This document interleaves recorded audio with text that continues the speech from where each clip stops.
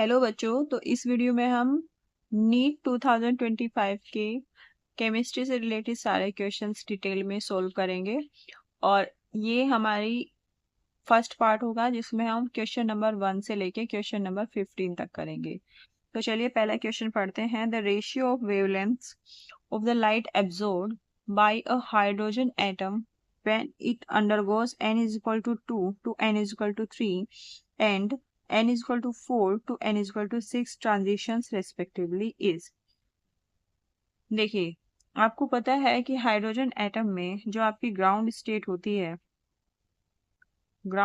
होती है उसके लिए n is equal to 1 होता है। फिर फर्स्ट एक्साइटेड स्टेट जो होती है उसके लिए n is की वैल्यू क्या होती है 2। इसी तरह थर्ड के लिए होती है, थर्ड के लिए आपकी होगी, थर्ड एक्साइटेड स्टेट के लिए आपकी n की वैल्यू क्या होगी 3। सेकंड के लिए आपकी होगी 3। सिमिलरली थर्ड के लिए आपकी क्या होगी n की वैल्यू 4। ऐसे होता चला जाएगा। ठीक है, आपको यहाँ पे n1 की वैल्यू दे रखी है फर्स्ट केस में 2 और n2 की वैल्यू दे रखी है 3।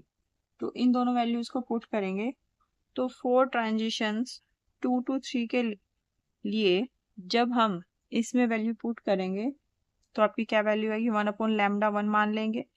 इसके करस्पॉन्डिंग जो आपकी वेवलेंथ होगी is equal to R. Z की वैल्यू क्या होती है हाइड्रोजन एटम के लिए, तो जेड की वैल्यू होती है 1, क्योंकि जेड हमने बताया था जेड क्या होता है, जेड होता है एटॉमिक नंबर।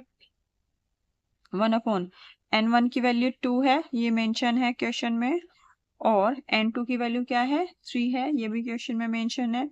तो 1/3 का स्क्वायर। ठीक है, इसको थोड़ा सा सोल्व कर लेंगे। ये हो जाएगा आपका, ये आपका हो जाएगा 1/λ1 is equal to r 1/4 minus 1/9 और 1/λ1 इज इक्वल टू हो जाएगा r। इनका एलसीएम ले लेंगे। ठीक है, ये हो जाएगा 4 × 9। तो यहाँ पे 4 से 4 कैंसिल होगा। ठीक है, 4 से 4 कैंसिल होगा और क्या बचेगा 9। 9 1 जा 9 माइनस 9 से 9 कैंसिल हो जाएगा और क्या बचेगा 4। तो 4 1 जा 4, ऐसे हो जाएगा। ये हो जाएगा r 9 - 4 आपका हो जाएगा 5 और डिवाइड बाय आपका होगा 4 × 9। ठीक है, डिवाइड बाय होगा 4 × 9। अब हमें दूसरा ट्रांजिशन देखना है। दूसरा ट्रांजिशन है आपका n is equal to 4 to n is equal to 6। So 4 to 6 के लिए आपको दोबारा से इसी फॉर्मूले में रख देंगे तो 1/λ2 हो जाएगा आपका r। जेड तो 1 ही है क्योंकि हाइड्रोजन एटम ही है। n1 की वैल्यू इस बार क्या है 4, तो 1/4 स्क्वायर माइनस 1/6 स्क्वायर। इसको फर्दर सोल्व करेंगे तो हो जाएगा r 1 का स्क्वायर तो 1 ही होगा 1/36 1/16 4 4 जा 16 माइनस 1/36। इसको फर्दर सोल्व करेंगे तो इन दोनों का एलसीएम ले लेंगे तो ये हो जाएगा r 16 × 36। 16 से 16 कैंसिल हो जाएगा, 16 से 16 कैंसिल हो जाएगा। ठीक है, और ऊपर क्या आएगा फिर यहाँ पे 16 से 16 कैंसिल होगा 36 1 जा 36 माइनस 36 से 36 कैंसिल होगा 16 1 जा 16। ये हो जाएगा r और यहाँ पे आपका बचेगा 36 माइनस 16 आपका तो 20 और डिवाइड बाय 16 × 36। ठीक है, तो अब आप क्या करेंगे 1/λ2 को डिवाइड कर देंगे 1/λ1 से। तो 1/λ2 को डिवाइड मैं कर दूंगी 1/λ1 से। 1/λ2 की वैल्यू क्या है जो हमारी अभी आई है 20r डिवाइड बाय 16 × 36। 1/λ1 की वैल्यू क्या है 5r डिवाइड बाय 4 × 9।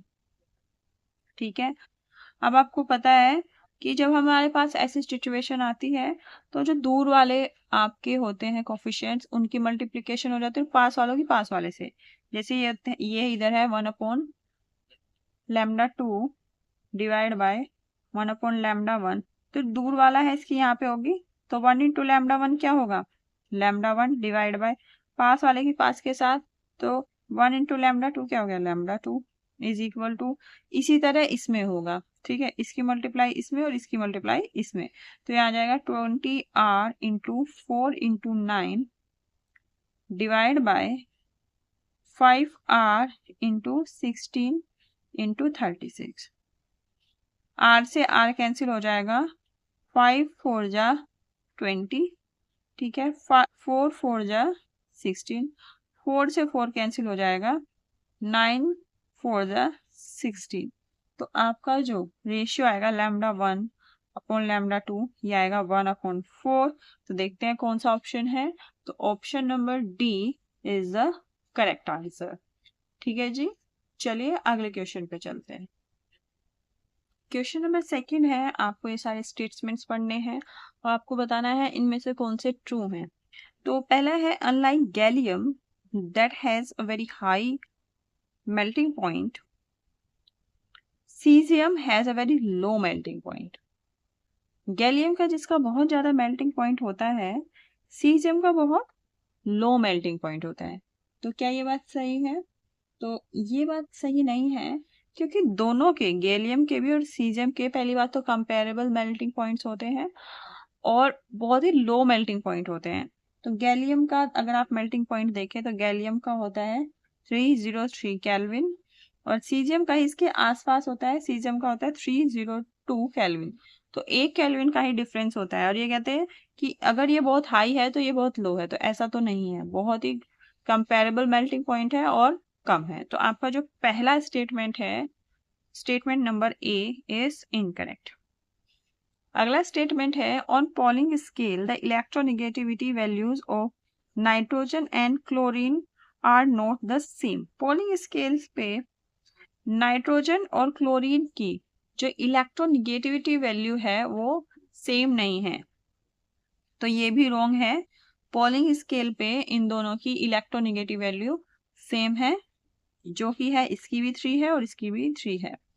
देखिए जो पॉलिंग स्केल है वो कैसे आप लिखते हैं, ऐसे ली बे बक नो। पॉलिंग ने फ्लोरीन की 4 फिक्स कर दी थी, फिर इससे जब इधर जाएंगे तो 0.5 आपकी कम होती चली जाती है। ये 3.5 होगी, ये 3 होगी, ये 2.5 होगी, बोरोन की 2 होगी, बेरिलियम की फिर आपकी 1.5 होगी और लिथियम की 1 होगी।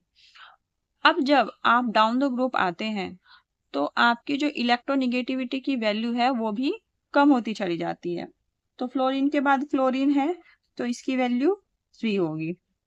और किस में पूछा था ये, आपका बोला इसने नाइट्रोजन एंड क्लोरीन। नाइट्रोजन के देखिए, नाइट्रोजन की 3 है यहाँ पे और क्लोरीन की भी 3 है, तो ये तो सेम है, दीज आर नॉट डिफरेंट। तो ये तो सेम है, जबकि ये बोल रहा है कि ये तो डिफरेंट है, सेम नहीं है। तो इसका मतलब जो आपका स्टेटमेंट नंबर बी है वो भी इनकरेक्ट है। अब सी पे आ जाते हैं, argon potassium plus chlorine minus Ca2 positive and S2 minus are isoelectronic species, are this isoelectronic species, so let us check. तो पहले मैं इनको लिख लेती हूँ क्या क्या है, argon potassium chlorine calcium NH2 minus. देखिए आर्गन का एटॉमिक नंबर क्या होता है, आर्गन का आपका एटॉमिक नंबर होता है 18। ये तो नोबल गैस है, इसका तो 18 होता ही है, ठीक है। कैसे, नोबल गैस का क्या होता है, हीलियम नियॉन आर्गन, ये होता है 2, ये आपका 10 और फिर ये आपका होता है 18। तो ये 18 है। पोटेशियम का आपको पता है एटॉमिक नंबर क्या होता है 19, इसका मतलब 19 ही इसमें क्या है, नंबर ऑफ इलेक्ट्रॉन्स है। सिंस यहाँ पे पॉजिटिव चार्ज है, इसका मतलब इसने एक इलेक्ट्रॉन लूज कर दिया, दैट इज -1 इक्वल टू 18, यानी कि इसमें भी 18 इलेक्ट्रॉन्स है। क्लोरीन का एटॉमिक नंबर है 17, इस पे है माइनस चार्ज, इसका मतलब इसने एक इलेक्ट्रॉन गेन किया है तो +1 हो जाएगा, ये भी 18 हो जाएगा। कैल्शियम का एटॉमिक नंबर होता है 20 प्लस 2 है, इसका मतलब 2 इलेक्ट्रॉन लूज कर रखे हैं, -2, ये भी 18। सल्फर का आपका एटॉमिक नंबर होता है 16, यानी कि 16 इलेक्ट्रॉन्स हैं, 2 इलेक्ट्रॉन और गेन कर रखे हैं, तो +2 हो जाएगा, ये भी हो जाएगा 18। सब में 18 आ रहा है, यानी कि सारी जो स्पीशीज है वो आइसोइलेक्ट्रॉनिक है, यानी कि ऑप्शन नंबर जो सी है, स्टेटमेंट नंबर जो सी है वो करेक्ट है। फिर आता है the correct order of first ionization enthalpies of Na, Mg, aluminium and silicon is this. तो देखिए इन दोनों में अगर आप देखें तो मैग्नीशियम की जो आयनाइजेशन एंथैल्पी है वो ज़्यादा होती है एल्यूमिनियम से। ऐसा क्यों होता है? इसका कारण होता है कि जो मैग्नीशियम का जो लास्ट इलेक्ट्रॉन होता है वो आपका क्या होता है, s ऑर्बिटल में होता है, और एल्यूमिनियम का जो लास्ट इलेक्ट्रॉन जाता है वो p ऑर्बिटल में जाता है, और s ऑर्बिटल की पेनिट्रेशन पावर ज़्यादा होती है टूवर्ड्स न्यूक्लियस रादर देन जो आपके p ऑर्बिटल होते हैं। तो दैट इज वाई जो आपकी मैग्नीशियम की जो फर्स्ट आयनाइजेशन एनर्जी है वो ज़्यादा होगी किससे? एल्यूमिनियम से। दैट इज वाई जो आपका ऑप्शन नंबर डी है वो भी आपका क्या है? इनकरेक्ट है। ऑप्शन नंबर अब आपका आता है स्टेटमेंट नंबर ई। स्टेटमेंट नंबर ई कहता है the atomic radius of caesium is greater than that of lithium and rubidium. तो आपको इनका देखिए जो लिथियम वाला ग्रुप है वो कैसे होता है? Lithium, sodium, potassium, rubidium, caesium, Fr, ये होता है।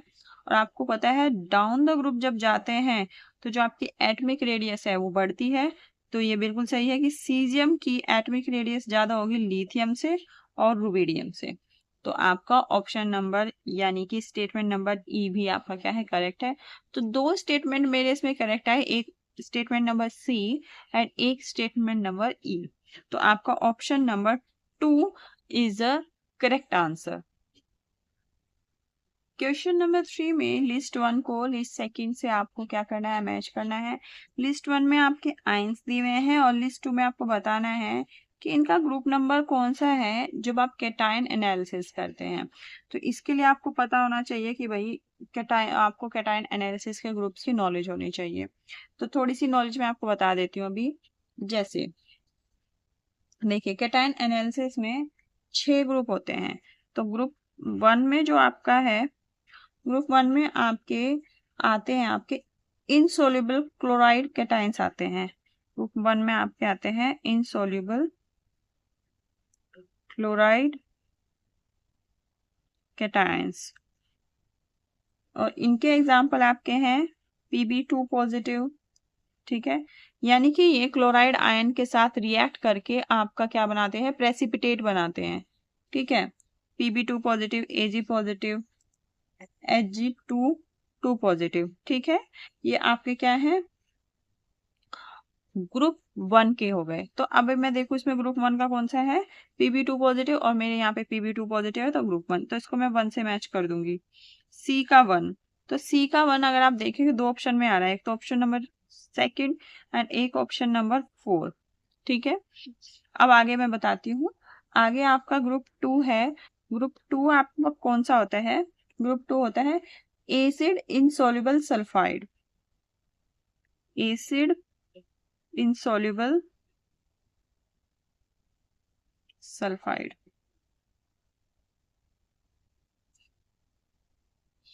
इसमें क्या होता है कि आपके कुछ कैटायंस होते हैं, जब आप इनको एसिड की प्रेजेंस में H2S गैस पास करते हैं तो ये क्या बनाते हैं? ये सल्फाइड्स बनाते हैं।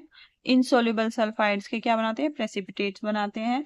और इनके एग्जांपल्स आपके हैं Cu2 positive, Cd2 positive, Bi3 positive, Hg positive, Hg2 positive, Sn2 positive, ठीक है। इसमें Hg2 पॉजिटिव है, इसमें Hg पॉजिटिव है, Hg2 पॉजिटिव है।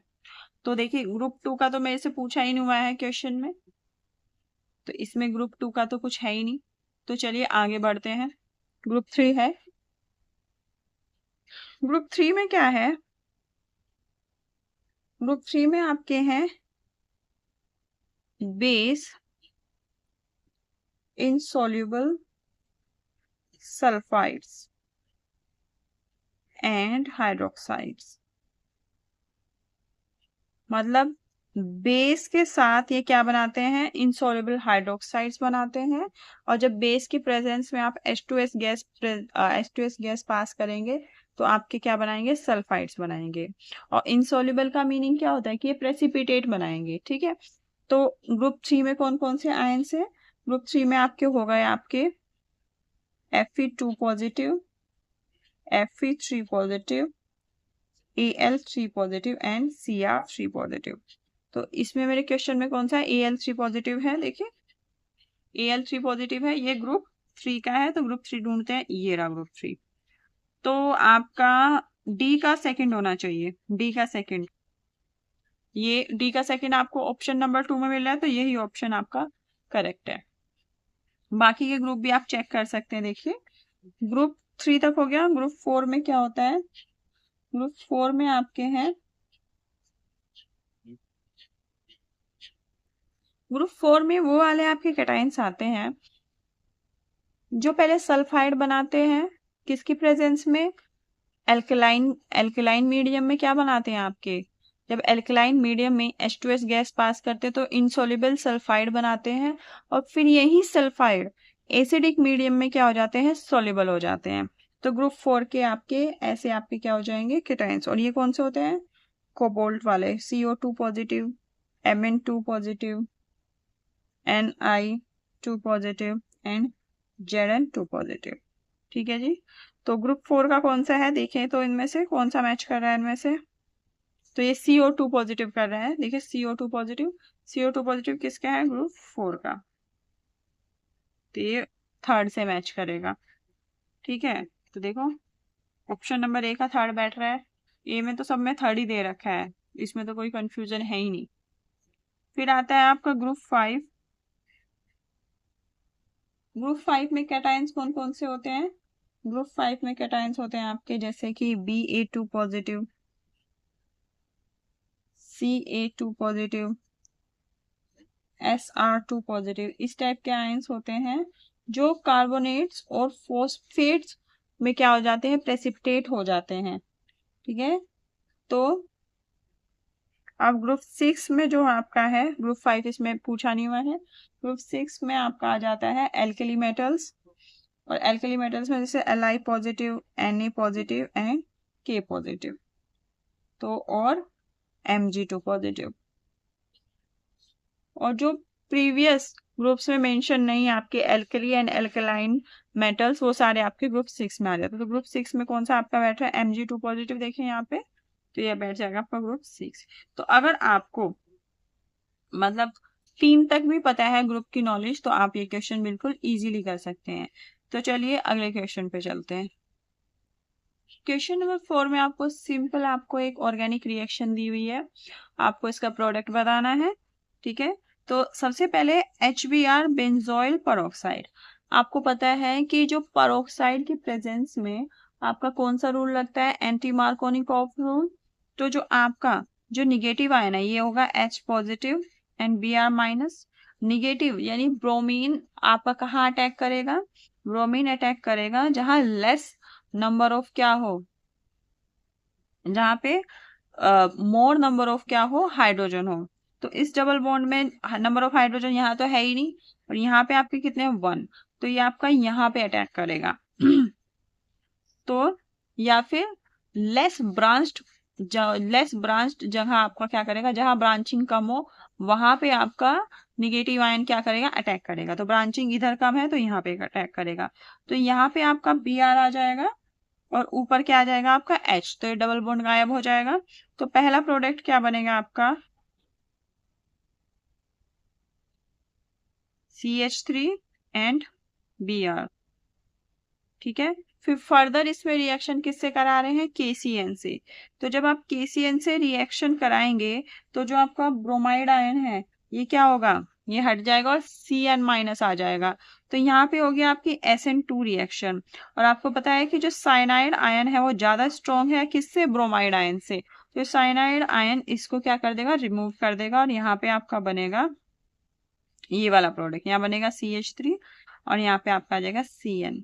फिर फर्दर आपका ये है Na, Hg एंड एल्कोहल। तो इससे क्या आपका हो जाएगा, इस वाले ग्रुप में क्या हो जाएगा, रिडक्शन हो जाएगा और आपका फाइनल क्या बनेगा, जो फाइनल प्रोडक्ट होगा आपका बनेगा ये, यहाँ पे CH3 और ये बन जाएगा CH2NH2। ठीक है जी। तो आपका कौन सा ऑप्शन इसमें सही बैठ रहा है, तो ऑप्शन नंबर 1 जो है आपका करेक्ट बैठ रहा है। चलिए अगले क्वेश्चन पे चलते हैं। क्वेश्चन नंबर 5 है energy and radius of first Bohr orbit of helium ion and lithium ion are given. तो आपको He positive and Li2 positive की आपको फर्स्ट बोर ऑर्बिट की एक तो आपको एनर्जी बतानी है एंड रेडियस बतानी है। ठीक है जी। तो सिंपल फॉर्मूला है इसका, फॉर्मूले से निकाल लेंगे। जो हाइड्रोजन लाइक स्पीशीज है उसके लिए En यानी एनर्जी क्या होता है, En होता है -RH। आपको पता है ये यहाँ पे रिडबर्ग कांस्टेंट है। RH Z² upon N² joule. ठीक है। और अगर आपको Rn निकालना है, मींस रेडियस निकालनी है, आपकी रेडियस का फॉर्मूला क्या होता है, रेडियस होता है Rn इक्वल टू होता है 52.9 N² बाई Z और ये आपका निकलता है पिकोमीटर में। ठीक है। 1 पिकोमीटर में आपके 10⁻⁻12 मीटर होते हैं। ये ऐसी एक्स्ट्रा इन्फॉर्मेशन है, इस वाले क्वेश्चन में तो ऐसा इसका ऐसा कुछ काम है नहीं। तो आप En निकाल लेंगे।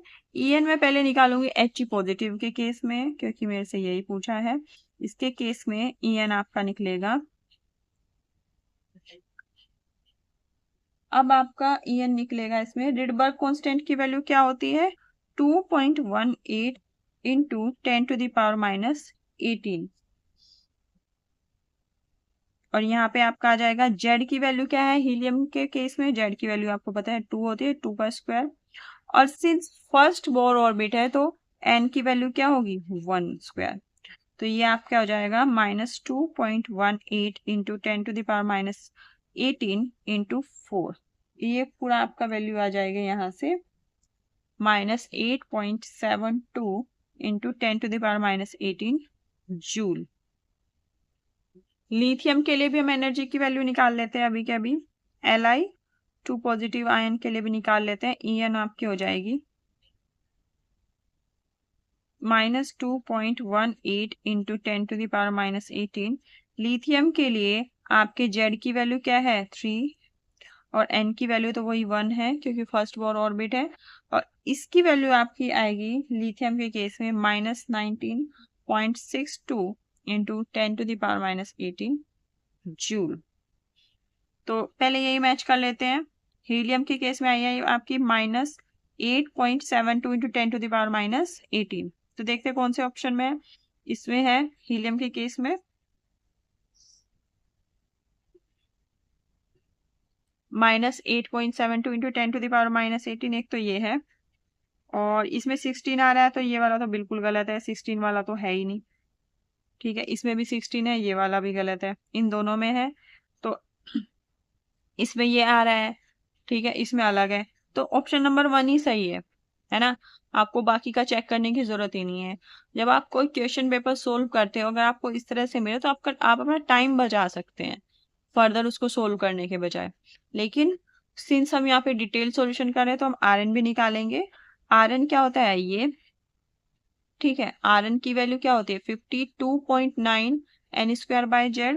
तो आप पहले He2 पॉजिटिव के लिए निकाल लेंगे Rn। He पॉजिटिव के लिए क्या हो जाएगा 52.9 इंटू N की वैल्यू 1 है, 1 का स्क्वायर अपॉन और आपके Z की वैल्यू हीलियम आयन के लिए 2 हो जाएगा।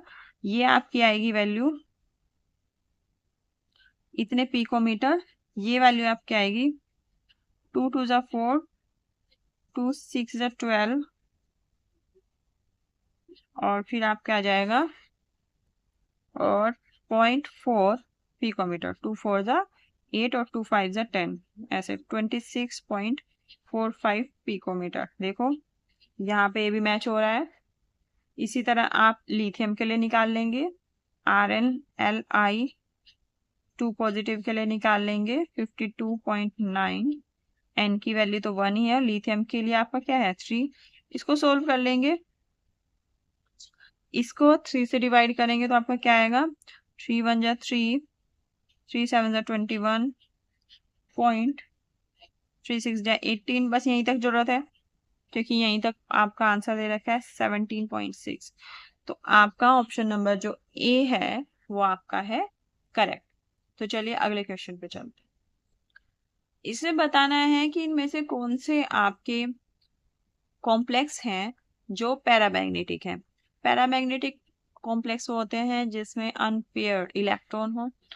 तो अगर आप इनमें देखें तो निकिल की यहाँ पे आपके ऑक्सीडेशन नंबर क्या है +2।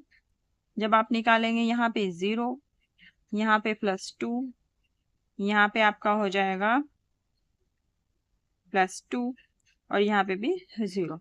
ठीक है, आप इनको निकाल सकते हैं बिल्कुल इजीली। जैसे NiCl4 2 माइनस में अगर मैं निकालूं, इसकी x मानूंगी, x क्लोरीन का -1 होता है तो -4 इजकल टू -2, तो x की वैल्यू आएगी +2। ठीक है, और जो आपका CO है आपको पता है कि ये तो न्यूट्रल होता है, दैट इज वाई निकिल की यहाँ पे ऑक्सीडेशन नंबर 0 आएगी। सिमिलरली साइनाइड का -1 होता है, तो जिस तरह इसमें निकाली यहाँ पे भी +2 आ जाएगी। ये न्यूट्रल होता है तो इसमें 0 आ जाएगी, और ये भी न्यूट्रल होता है जो आपका H2O है तो इसमें आएगी +2। ठीक है, क्योंकि ओवरऑल +2 चार्ज है। तो इसने बोला है कि इनमें से पैरामैग्नेटिक कौन सा है। तो आप पहले Ni2 पॉजिटिव का इलेक्ट्रॉनिक कॉन्फ़िगरेशन देखें। Ni2 पॉजिटिव का क्या होगा,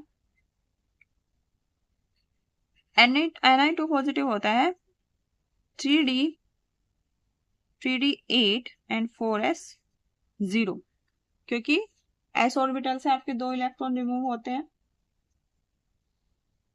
तो आपका बनेगा ऐसे, जो 3D वाला है 1 2 3 4 5 6 7 8।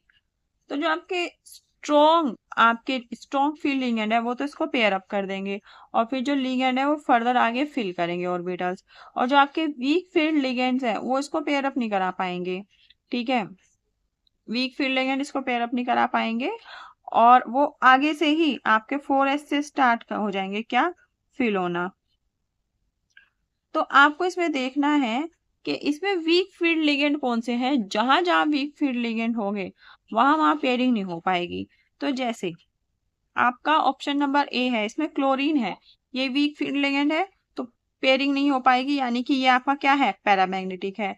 CO आपका स्ट्रॉन्ग फील्ड लिगेंड है तो इसमें तो पेयरिंग हो जाएगी, तो इसका मतलब ये डायमैग्नेटिक है। और Ni इसमें +2 है, इसमें +2 है। साइनाइड आयन तो बहुत स्ट्रॉन्ग फील्ड लिगेंड होता है तो इसमें पेयरिंग हो जाएगी।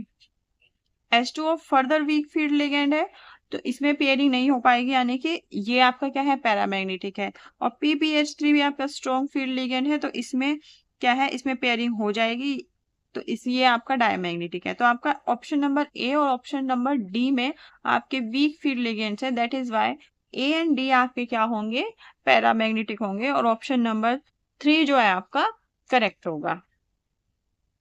क्वेश्चन नंबर 7 है, 2 स्टेटमेंट्स दिए हुए हैं, आपको बताना है इसमें कौन सा सही है कौन सा गलत है। इसमें है कि जैसे लाइक नाइट्रोजन क्या फॉर्म करता है NH3, तो आर्सेनिक मींस AS भी फॉर्म करेगा क्या ASH3, यानी कि आर्साइन। तो ये बिल्कुल ट्रू है क्योंकि जो नाइट्रोजन फैमिली के एलिमेंट्स होते हैं वो सब EH3 टाइप के क्या बनाते हैं, आपके कंपाउंड बनाते हैं। ठीक है, फिर आता है statement 2, antimony can not form antimony pentoxide. तो एंटीमनी कौन सा है इसमें Sb, तो ये पेंटॉक्साइड नहीं फॉर्म करता है, नहीं बिल्कुल ये एंटीमनी पेंटॉक्साइड फॉर्म करता है। तो इसका स्टेटमेंट 1 करेक्ट है, जबकि स्टेटमेंट 2 है वो इनकरेक्ट है। तो आपका ऑप्शन नंबर जो 3 है वो करेक्ट है। चलिए अगले क्वेश्चन पे चलते हैं। क्वेश्चन नंबर 8 है, जो आपको नीचे इलेक्ट्रॉनिक कॉन्फ़िगरेशंस दे रखे हैं, इनमें आपको बताना है कि इन सारे इलेक्ट्रॉनिक कॉन्फ़िगरेशंस में से मेन ग्रुप एलिमेंट्स कौन से बिलोंग करते हैं। तो इसमें देखिए मेन ग्रुप एलिमेंट्स कौन से होते हैं? मेन ग्रुप एलिमेंट्स होते हैं जिसमें जो आपका लास्ट इलेक्ट्रॉन है वो या तो s ऑर्बिटल में एंटर करे या फिर p ऑर्बिटल में। s एंड p ऑर्बिटल्स के जो आपके एलिमेंट्स होते हैं वो क्या होते हैं? मेन ग्रुप एलिमेंट्स बोलते हैं उनको। ठीक है, तो देखिए जैसे पहला है, ये कौन सा है? जैसे नियोन है, पहला दिया हुआ है आपको नियोन 3s1।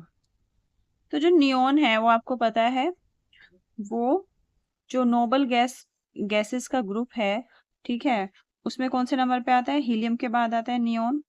हीलियम का एटॉमिक नंबर होता है 2 और नियोन का होता है 10। तो ये हो गया 10 + 1 11। तो ये क्या हो गया? ये तो अपना सोडियम हो गया, सोडियम। और इसकी इलेक्ट्रॉनिक कॉन्फ़िगरेशन से भी दिख रहा है कि लास्ट इलेक्ट्रॉन जो है आपका s ऑर्बिटल में है, दैट इज वाई ये मेन ग्रुप एलिमेंट से बिलोंग करता है। ए बिलोंग करता है। बी में देखें, बी में 4s2 है, ये कंप्लीटली फील्ड है, लेकिन जो डी ऑर्बिटल्स है वो कंप्लीटली फील्ड नहीं है, तो ये डी ब्लॉक एलिमेंट से बिलोंग करते हैं, डी ब्लॉक एलिमेंट। और आर्गन का क्या होता है? 18, देखिए 18 + 3, 18 + 3 + 2, ये हो गया 23। ये आपका क्या है? ये आपका वेनेडियम है, डी ब्लॉक का वेनेडियम है। अब आता है सी। सी में आप देखिए लास्ट इलेक्ट्रॉन पी ऑर्बिटल में जा रहा है, बिल्कुल क्लियरली ये मेन ग्रुप एलिमेंट से बिलोंग करता है। क्रिप्टॉन होता है 36 + 10 + 2 + 5, 36 and 10 46, 46 + 7, ये हो गया 53। एंड 53 आपका क्या हो गया? ये हो गया आपका आयोडीन। ये आयोडीन का एटॉमिक नंबर है, तो ये भी मेन ग्रुप का है, तो सी हो गया। अब इसमें चलिए जो डी है, A R argon 3d10 4s1, ये किसका इलेक्ट्रॉनिक कॉन्फ़िगरेशन है? तो आर्गन का आपको पता है 18 + 10 + 1, 18 10 20 एंड 1 29। ये आपका क्या है? ये डी ब्लॉक एलिमेंट है। और डी ब्लॉक एलिमेंट में भी ये क्या है? ये है कॉपर, क्योंकि कॉपर का क्या होता है? कॉपर होता है 29। ये डी ब्लॉक हो गया। और ये तो बिल्कुल क्लियरली ये कौन सा है? ये आपका हो गया एफ ब्लॉक। और इसको जब आप काउंट करेंगे तो इसका आपका बनेगा, इसका बनेगा 86 + 5f0, ये 0 + 2 + 2, जो गया 90। और ये है आपका थोरियम, थोरियम का एटॉमिक नंबर। तो जो आपका ई है ये एफ ब्लॉक से बिलोंग करता है। तो सिर्फ ए एंड सी ही ऐसे दो इलेक्ट्रॉनिक कॉन्फ़िगरेशंस हैं जो आपके मेन ग्रुप से बिलोंग करते हैं। तो option number 2 is the correct answer. चलिए अगले क्वेश्चन पे चलते हैं। क्वेश्चन नंबर 9 बोलता है Dalton's atomic theory could not explain which of the following। तो डाल्टन की एटॉमिक थ्योरी थी, इनमें से कौन सी को वो एक्सप्लेन नहीं कर पाई थी? पहला है लॉ ऑफ कंजर्वेशन ऑफ मास, तो इसको एक्सप्लेन कर दिया था। लॉ ऑफ कांस्टेंट प्रोपोर्शन, इसको भी एक्सप्लेन कर दिया था। लॉ ऑफ मल्टीपल प्रोपोर्शन, इसको भी। लेकिन गैसियस वॉल्यूम को ये एक्सप्लेन नहीं कर पाई थी। देखिए आपको डाल्टन एटॉमिक थ्योरी थोड़ा थोड़ा आपको पता होना चाहिए क्या था। डाल्टन एटॉमिक थ्योरी बोलती है कि जितना भी मैटर हमारे अराउंड है वो सब किसका बना हुआ है? वो सब एटम्स से बना हुआ है। और जो ये एटम है ये इनडिविजिबल है, मतलब इसको फर्दर आप डिवाइड नहीं कर सकते। और जितने भी एटम्स हैं, कोई एक एलिमेंट है, उस एलिमेंट में जितने भी एटम्स हैं वो सारे कैसे होंगे? वो सारे आइडेंटिकल होंगे। किस में? इन मास, आइडेंटिकल होंगे इन मास एंड प्रॉपर्टीज।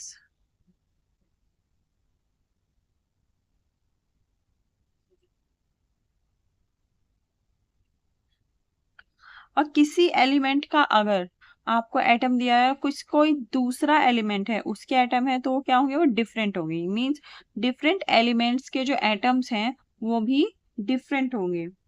फिर आता है, इसने बोला जब आपके कंपाउंड बनते हैं, मतलब जब इसमें डिफरेंट एटम्स होते हैं तो उसमें क्या बन जाता है? कंपाउंड बन जाते हैं।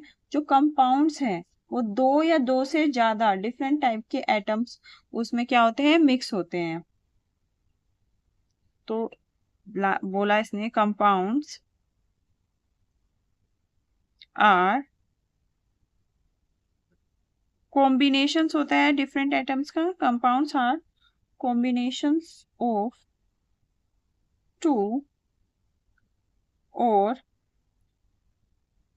more different types of atoms। ठीक है। और जो आपकी केमिकल रिएक्शन होती है डाल्टन के अकॉर्डिंग, जो आपकी केमिकल रिएक्शन होती है, केमिकल रिएक्शन क्या होती है? केमिकल रिएक्शन इसने बोला केमिकल रिएक्शंस होती है rearrangement of atoms. Rearrangement of atoms क्या होती है? केमिकल रिएक्शंस होती है, क्योंकि तब तक इलेक्ट्रॉन प्रोटॉन न्यूट्रॉन तो डिस्कवर ही नहीं हुए थे। तो यहाँ से आपका जब रीअरेंजमेंट ऑफ एटम्स है, मतलब कोई एटम लूज ही नहीं हो रहा है, तो यहाँ से आपका कंजर्वेशन ऑफ मास आ जाता है।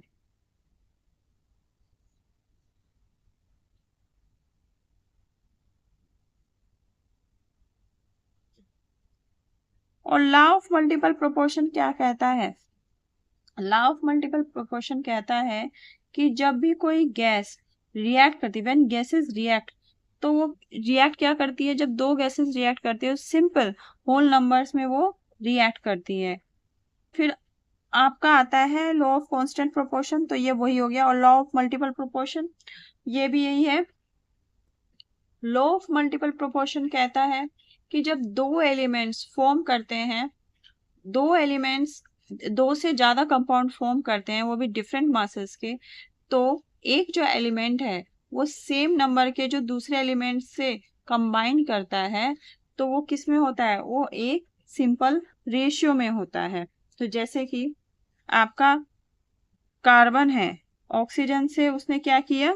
रिएक्ट किया, कार्बन मोनोऑक्साइड बना दिया। फिर कार्बन ने ही क्या किया? O2 से रिएक्शन किया, CO2 बना दिया।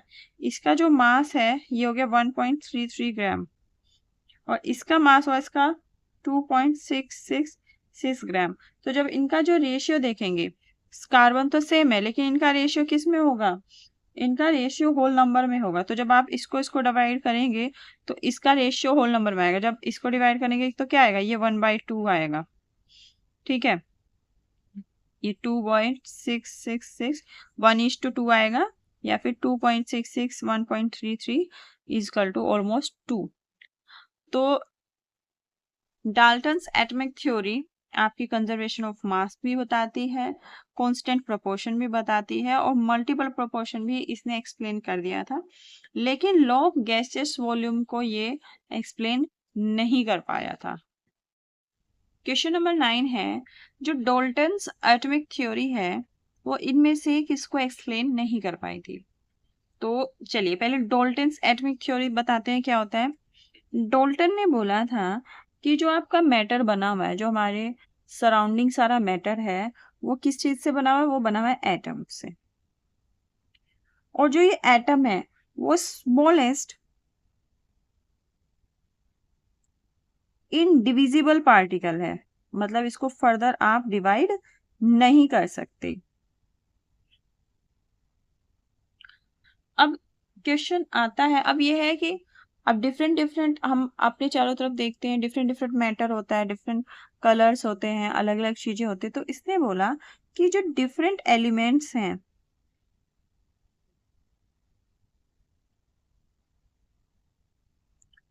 वो उनके जो एटम्स होते हैं वो डिफरेंट होते हैं। डिफरेंट एलिमेंट्स के जो एटम्स होते हैं वो डिफरेंट होते हैं। फिर है, लेकिन एक एलिमेंट में जितने भी एटम्स होते हैं वो सेम होते हैं। अगर आप वन एलिमेंट की बात करें तो उसके जो एटम्स होते हैं वो सेम होते हैं, किसमें? मास में, मास में और प्रॉपर्टीज में।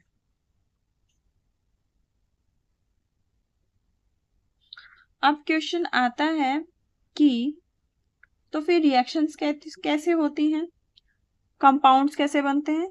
तो जब कंपाउंड बनते हैं, जब कंपाउंड्स बनते हैं इसमें कॉम्बिनेशन होता है, इसमें कॉम्बिनेशन होता है टू और मोर एटम्स का,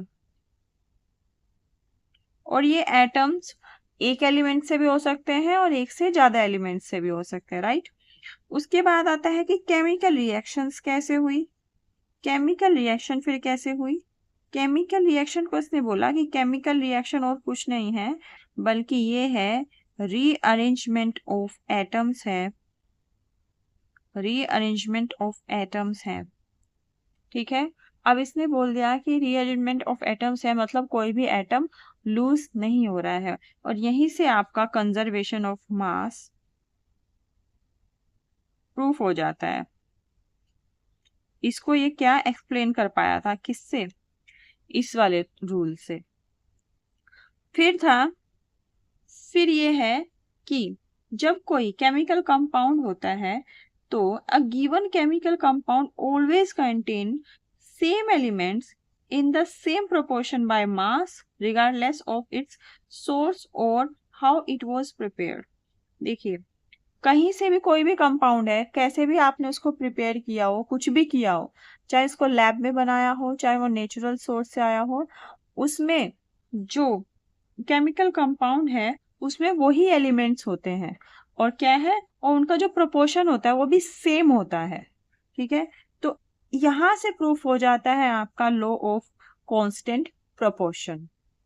फिर आता है लॉ ऑफ मल्टीपल प्रोपोर्शन, भी यहीं से प्रूफ हो जाता है, क्योंकि लॉ ऑफ मल्टीपल प्रोपोर्शन कहता है कि अगर एक एटम से, लॉ ऑफ मल्टीपल प्रोपोर्शन कहता है कि जब कोई सेम एलिमेंट क्या करता है, एक या एक से ज्यादा टाइप के क्या बनाता है, कंपाउंड्स बनाता है किसी दूसरे एलिमेंट से रिएक्ट करके, तो वो जो दूसरा एलिमेंट है उसका जो रेशियो होगा वो कैसा होगा, वो सिंपल इंटीजर्स में होगा, ठीक है। ये बोलता है लॉ ऑफ मल्टीपल प्रोपोर्शन।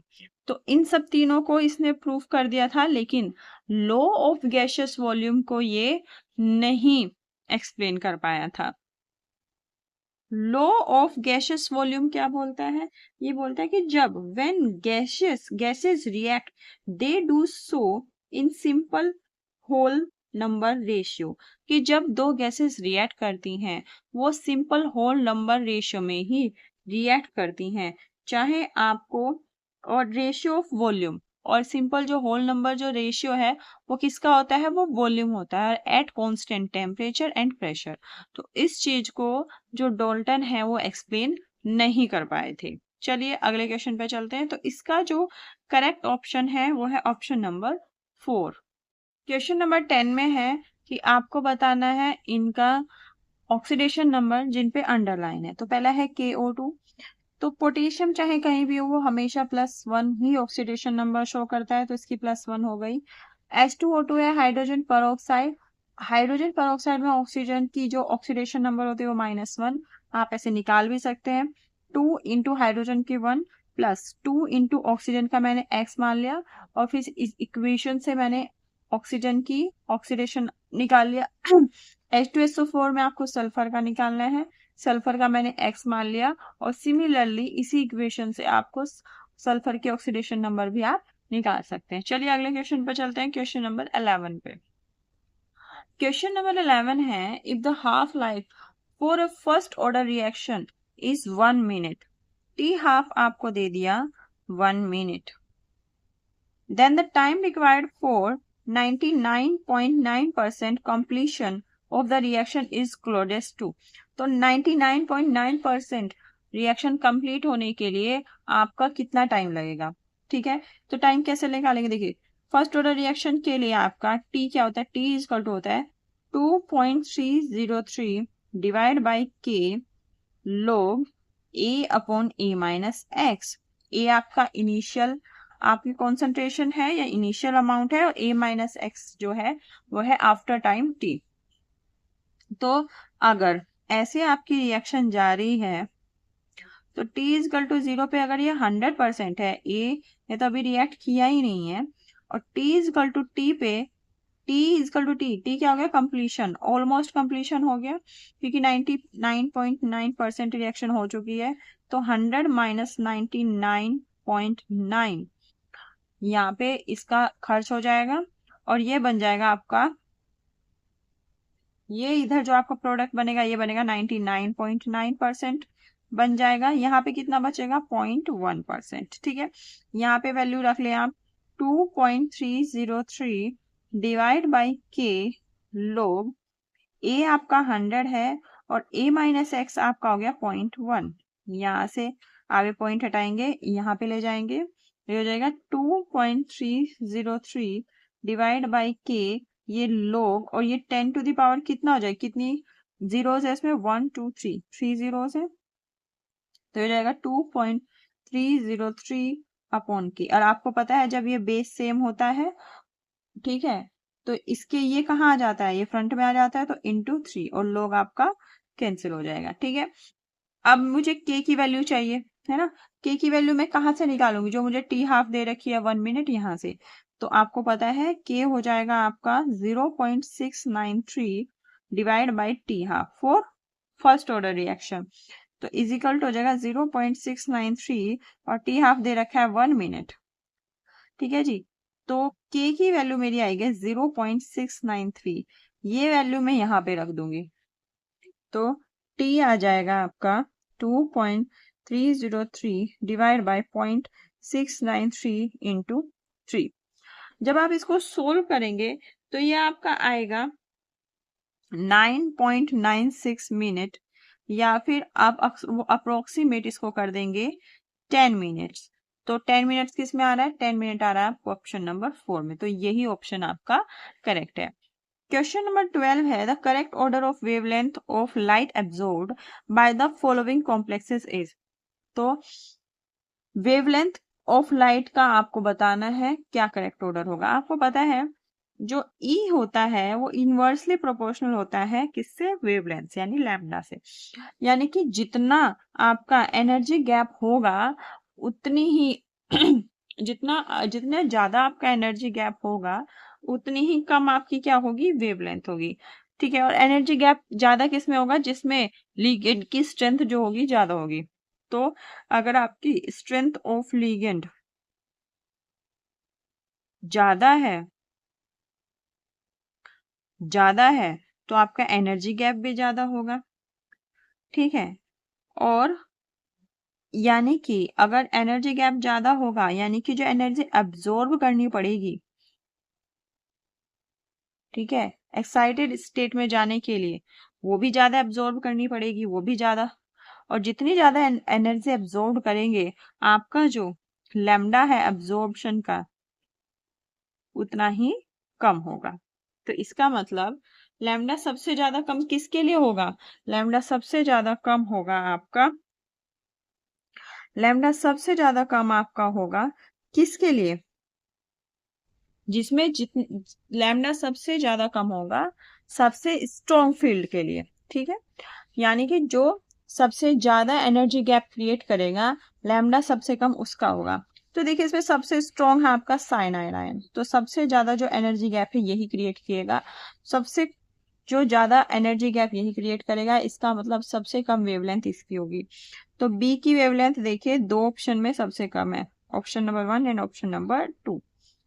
उसके बाद कौन सा आता है, H2 और अमोनिया में कौन सा स्ट्रॉन्ग है, H2 और अमोनिया में आपका अमोनिया स्ट्रॉन्ग, तो उसके बाद आएगा आपका ए।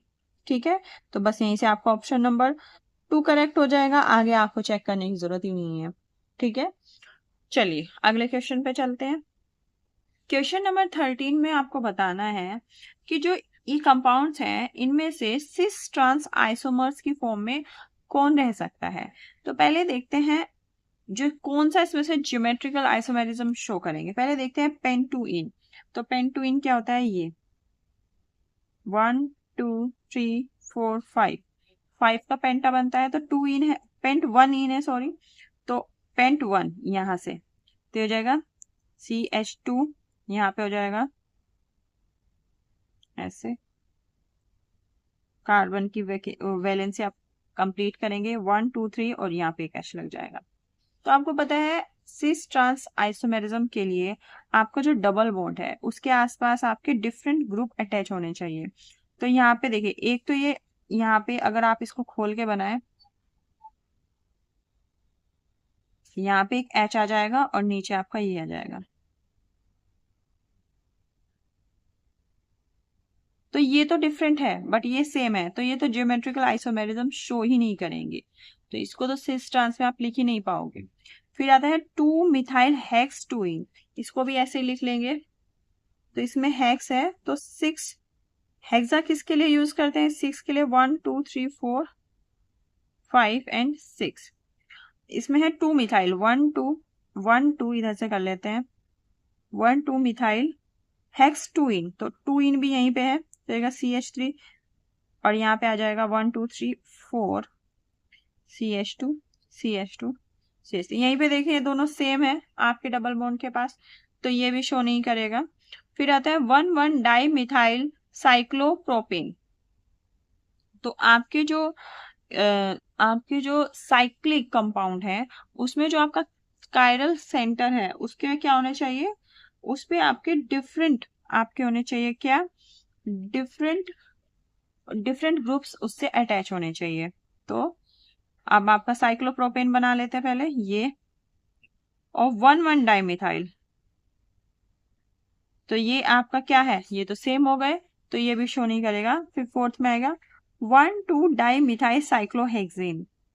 अगर आप साइक्लोहेक्सेन की बात करें तो 1 2 डाइमिथाइल, तो देखिए 1 2 3, एक इसमें हाइड्रोजन हो गया, इसी तरह इसमें भी हाइड्रोजन हो गया, एक CH3, एक H, एक नीचे वाला ग्रुप हो गया रे, ऊपर ये सारे के सारे क्या हो गए? चारों अलग ग्रुप हो गए। इसी तरह इस वाले कार्बन में हो गए, तो ये भी डिफरेंट हो गए और ये भी डिफरेंट हो गए। तो यहाँ पे ये आपके सिस ट्रांस आइसोमर्स की फॉर्म में एग्जिस्ट करेगा। तो आपका ऑप्शन नंबर 4 है इसमें करेक्ट ऑप्शन है। चलिए अगले क्वेश्चन पर चलते। क्वेश्चन नंबर 14 बोलता है कि जो फॉस्फेरिक एसिड है वो आयनाइज होता है 3 स्टेप्स में, और उनके आयनाइजेशन कांस्टेंट है Ka1, Ka2 एंड Ka3, जबकि जो K है वो ओवरऑल आयनाइजेशन कांस्टेंट है। तो इसके रिस्पेक्ट में कौन से आपके स्टेटमेंट करेक्ट है? तो चलिए पहले देखते हैं क्या फॉस्फेरिक एसिड क्या होता है। फॉस्फेरिक एसिड होता है H3PO4। तो पहला स्टेप देख लेते हैं पहले कैसे आयनाइज होगा। तो H प्लस करेगा ये और प्लस H2PO4, और इसका जो आयनाइजेशन कांस्टेंट है वो है Ka1। फिर फर्दर आपके H आयंस देगा H2PO4 माइनस, अब क्या बना देगा HPO4 2 माइनस, इसका जो आपका कांस्टेंट है वो है Ka2। फर्दर ये तीसरा स्टेप इसका फाइनल होगा, यहाँ से बचा हुआ H प्लस भी निकाल देगा और प्लस होगा PO4 3 माइनस, इसका आपका आयनाइजेशन कांस्टेंट है Ka3। जब आप इसकी ओवरऑल रिएक्शन लिखेंगे तो आपकी ओवरऑल रिएक्शन कैसे बनेगी? H3PO4 plus H2PO4 plus HPO4 2 minus, और ये बन जाएगी 3H positive plus H2PO4 minus plus HPO4 2 minus plus PO4 3 minus. ठीक है जी, ये कैंसिल हो जाएगा यहाँ से और ये कैंसिल हो जाएगा, तो आपकी क्या बचेगी ओवरऑल रिएक्शन? H3PO4 और बनेगा 3H positive plus PO4 3 minus, ये बनेगी। और इसका जो आपका आयनाइजेशन कांस्टेंट है ओवरऑल वो है K। तो ओवरऑल K हमें पता है, ओवरऑल K होता है Ka1 into Ka2 into Ka3। ठीक है, जब हम इसका लॉग लेंगे तो क्या बनेगा? log K, और यहाँ पे भी लॉग लेंगे। आपको पता है कि जब मल्टीप्लीकेशन में लॉग लेते हैं तो ये सब क्या हो जाएगा? ये सब ऐड हो जाएंगे, तो ये हो जाएगा log Ka1 plus log Ka2 plus log Ka3। Since ये मल्टीप्लीकेशन में है, जब आप इनका लॉग लोगे तो ये ऐड हो जाएंगे।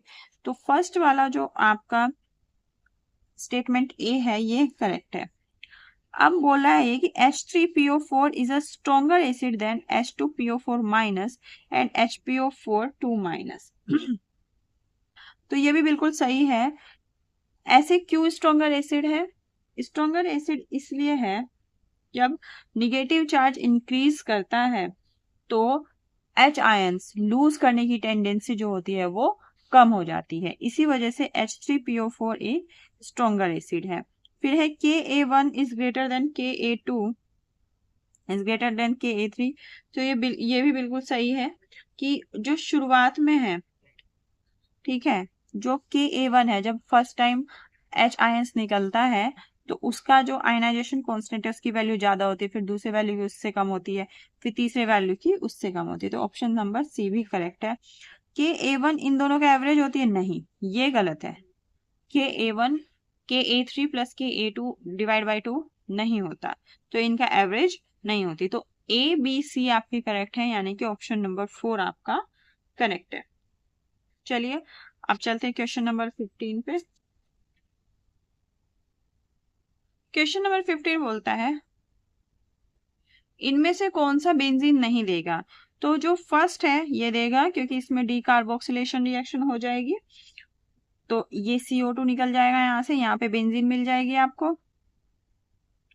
सेकेंड वाले में एन हेक्सेन की जब MO2O3 और बहुत ज्यादा टेम्परेचर पे और अच्छे खासे प्रेशर पे कराएंगे तो ये भी बेंजीन दे देगा। इसको बोलते हैं हम, इस वाली रिएक्शन को हम बोलते हैं एरोमेटाइजेशन रिएक्शन, और ये तो बहुत फेमस रिएक्शन है, ये तो देती ही देती है। लेकिन आपका जो ऑप्शन नंबर 4 है ये आपको बेंजीन नहीं देगा। इसमें क्या मिलेगा आपको, इसमें आपको मिलेगा ये पूरा ग्रुप हट जाएगा और यहाँ पे क्या आ जाएगा OH, ये आपको देगा फिनोल। तो option number 4 is the correct answer of this question. तो चलिए अगली वीडियो में हम आगे के फर्दर क्वेश्चंस करेंगे। तो इस वीडियो के लिए थैंक यू सो मच।